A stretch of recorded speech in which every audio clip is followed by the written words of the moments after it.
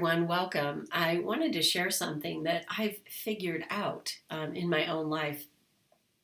In the coaching world, we often talk about do you niche? Do you niche down really, in a tight way, like pick a very specific niche, or do you stay broader? And there's a definitely a point to this. So I was at a business retreat in Florida last week, and what I came to realize is I've gone through many bastions in my business of helping people get out of jobs they hate and move into something they love, and helping people in challenging relationships, helping people with weight and all that. And when I was at the business retreat, I was in my what they call hot seat, and it really came to me as I've struggled through my own anxiety, and I really feel like I've gotten to the other side of it in a huge way.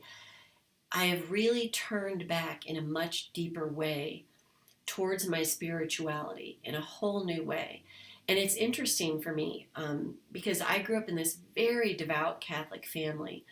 And when I was in the process of doing my hot seat, I just had this longing to help people really reconnect with Source, with God, with the universe, with a power greater than themselves, whatever it is, because it's something that I have longed for. And in those moments of absolute despair and hopelessness that some of us can reach in our lives, it's those moments to me when many of us will reach out in that moment out of exhaustion and desperation, like maybe even say a prayer like, I just can't do this.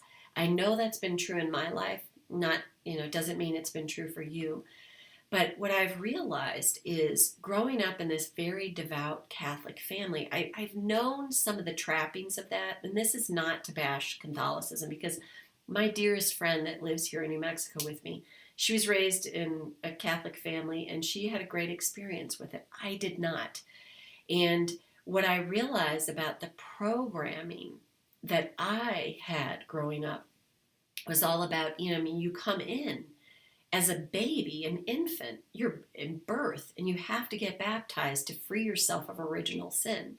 And it's all about this lack of worthiness. And when I was at a funeral recently, one of the prayers is, Lord, I am not worthy to receive you, but only say the word and my soul shall be healed. So, but the part that my brain went to was, Lord, I am not worthy to receive you. And what I got taught often is that I'm pretty chronically unworthy, and that I have to spend my life here on earth trying to become worthy, trying to earn worthiness, trying to earn God's favor, trying to earn my right to just be happy and live a happy life. And I've really come to realize that's really shitty programming. It really is to spend your life feeling all these things about yourself that are wrong. I mean, if that doesn't focus your brain on always looking for what's wrong with you, what's wrong in the world, what's wrong in your life. I even had one time my father said to me, you have to suffer on this earth to live in a good afterlife. And I always remember thinking, because my image was, why would I want to have to suffer here and then go sit on a cloud and play a harp the rest of my life? I had some pretty intense programming, and that may or may not be true for you. But what I invite you to look at is, what is the crux of, if you have a sense of unworthiness, if you have a lot of fear in your life, if it's financial insecurity, if it's relationship insecurity, if it's all those things that you feel this sort of, it can be like a low grade fever, but it's this low grade feeling of insecurity. It's really good to sort of consider and get in touch with the root and the origin. And I've really realized that about myself. And there's a term in Catholicism, being a recovering Catholic. And I had a client from Israel once, and she was Jewish, and she was hilarious. And she said, Marty, I thought us Jews cornered the market on guilt, but you Catholics, you have us beat out. And I was like, oh my God. So I invite you to look at your own background, and I wanted to share this because my desire is to help anyone start to reconnect with, be it your higher self, because really to me that's what it is. It's that wise part of us that we came in with, that when we were born, that was in it. We were pure positive energy. We came in, and I saw that in my daughter when she was an infant. She just was happy and joyous and free. And she used to sit in this swing that I had that, you'd wind up and it would swing back and forth. And I would always say to her dad, because she would look up in the air, like look up in the sky and be like talking. And I would always say to my her dad, I said, she's talking to the angels. And I knew that. And I really believe she was connecting to that positive energy that she came in with. It's funny that I feel a lot of emotion as I share this. And I want that for myself. And I want that for all of us. To find a way to start to reconnect with that part of you that is worthy, that knows your inherent worthiness, knows your inherent beauty, your inherent possibility, to free yourself from a life of suffering and trapping. And to me, what I've noticed in my life is my suffering has been this ongoing just suffering in fear, suffering in quiet, desperate fear.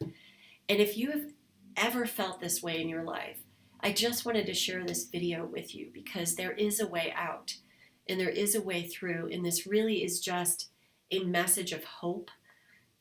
Because I have been, when I was dealing with the worst point in my anxiety, there were moments I was like, I would rather be dead than feel this. Like this, it felt that intense to me. And I knew enough to know that I wasn't going to make any kind of choice like that. But I knew that it was intense and that I didn't like that. I'm going to take a drink so that I can keep going here. And I knew that it was really intense for me. And to get to the other side of that and realize, and I'm not sitting here telling you, oh, I'm totally free of fear. No, not at all. But what I notice now is I have the ability, when I have fearful thoughts, I'm so aware of them, and I'm able to make a different choice more often than not. And when I feel that fear, I call it like circling the drain. It just starts going down the drain, and you're like, oh my God, it's like got a grip on you. I know ways to interrupt that. I mean, I'm just about to finish up. We're on day 50 today of this 60-day accelerated program, all about tapping every day to release more of these blocks. And it's really amazing to hear the transformations people are talking about. And I'm not talking about like these quantum leaps of transformation, but most everyone that is mirroring to me says, I notice that, yeah, I still have negative thoughts, but I'm able to stop it really quickly, or I notice that I'm just feeling better. And one of the people that's in it, she said her husband said to her, whatever you're doing in that group, you keep doing it because you seem so different.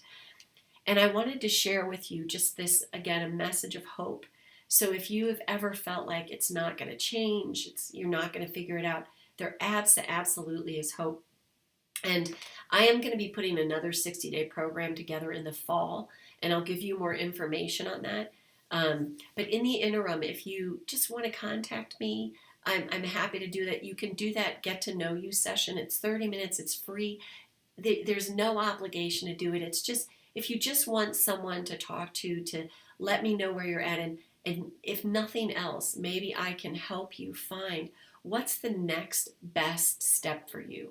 I would welcome that. And I invite you to just go to my website, Murphy.com, and just click on that Get to Know You session. It's a 30-minute session. It's totally complimentary.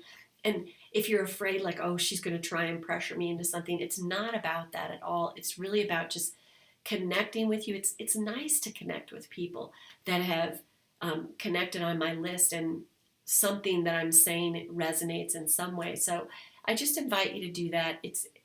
I really love connecting with people and just getting to know you better. And if you just want that one-on-one time for 30 minutes just to talk and chat and maybe find what the next best step would be for you, or I can make suggestions on stuff. So I just wanted to share that with you. And I hope you find this helpful in any way.